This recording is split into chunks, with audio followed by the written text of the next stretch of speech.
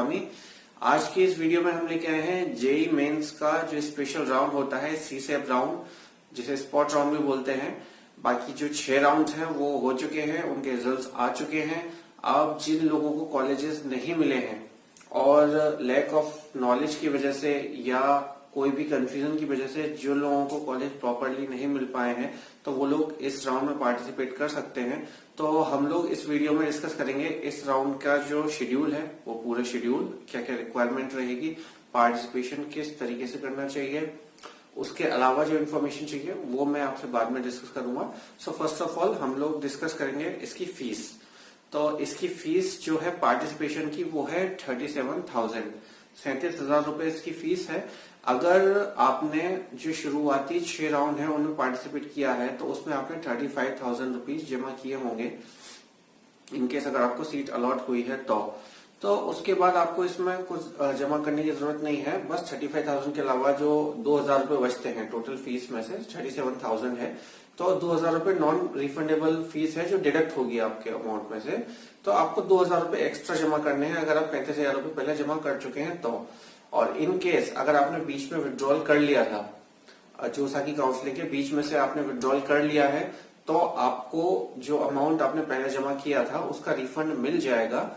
सो spot round में आपको फिर से वापस वही 37,000 जमा करने पड़ेंगे, जिसमें से आपके सिर्फ 2,000 रुपए डिडक्ट होंगे। बाकी अमाउंट जो रहेगा रिफंडेबल रहेगा इनकेस अगर आपको सीट नहीं मिलती है तो।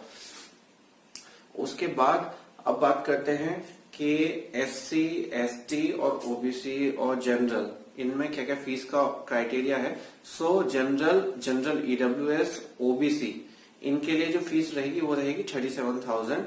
और इसके बाद अगर SC और ST और PWD इन कैटेगरी की बात करें तो इनके लिए जो फीस है वो है 17,000। दोनों में से 2,000 रुपए जो रहेंगे, 2,000 रुपीज वो डिडक्टेबल रहेंगे, वो अमाउंट नॉन रिफंडेबल है। बाकी उसके अलावा जो अमाउंट रहेगा वो आपका इनकेस अगर आप विड्रॉ करते हैं या आपको सीट नहीं मिलती है वो रिफंड हो जाएगा आपका। अब बात करते हैं हमारी डेट्स की। जो इसकी स्पॉट काउंसलिंग की डेट्स हैं 16 नवंबर से स्टार्ट हैं। तो 16 नवंबर को जो है वैकेंट सीट जो है वो डिस्प्ले होंगी। जितनी भी जो काउंसलिंग होने के बाद सीट्स बची हैं वो सारी डिस्प्ले होंगी 16 नवंबर को। उसके बाद 17 नवंबर से 19 नवंबर तक रजिस्ट्रेशन और फी पेमेंट और चॉइस फिलिंग, ये तीनों चीज आप कर सकते हैं। रजिस्ट्रेशन फीस, फी पेमेंट और चॉइस फिलिंग, ये तीनों ऑप्शन 17 से 19 तक रहेंगे अवेलेबल। उसके बाद चॉइस लॉक हो जाएंगी। फिर आपका रिजल्ट आएगा 20 तारीख को, आपका रिजल्ट अनाउंस होगा राउंड 1 का।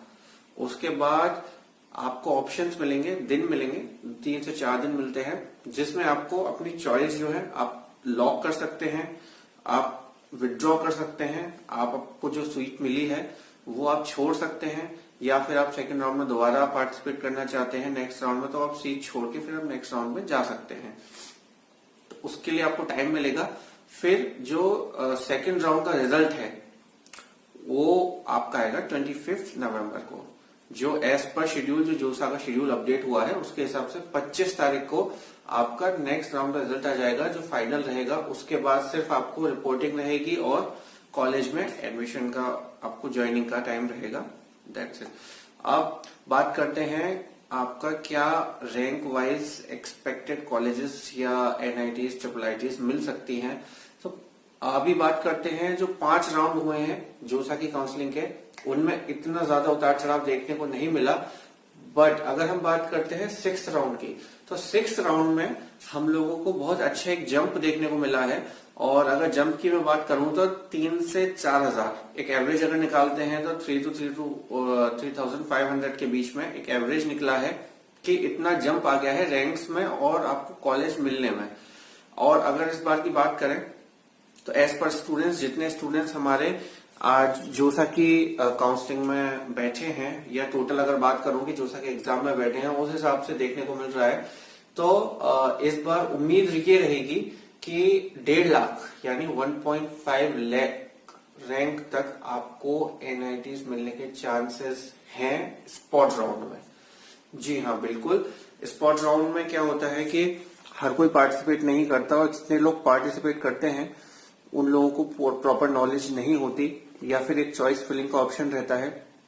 अगर चॉइस फिलिंग प्रॉपर ना की जाए और पूरी इंफॉर्मेशन ना हो तो उस वजह से भी आपको आपकी रैंक के हिसाब से जो कॉलेज मिलना चाहिए वो मिस हो जाता है कभी कभी। तो उसके लिए अगर आप चाहें तो हमसे कांटेक्ट कर सकते हैं। तो अभी जो अगर मैं एग्जांपल दूं तो 2018 और 19 में बात करते हैं तो 2018 में 1,10,000 रैंक पे एनआईटी श्रीनगर में मेटलर्जी ब्रांच में प्लेसमेंट हुआ है स्पॉट राउंड में। ये जनरल कैटेगरी की बात कर रहा हूं मैं।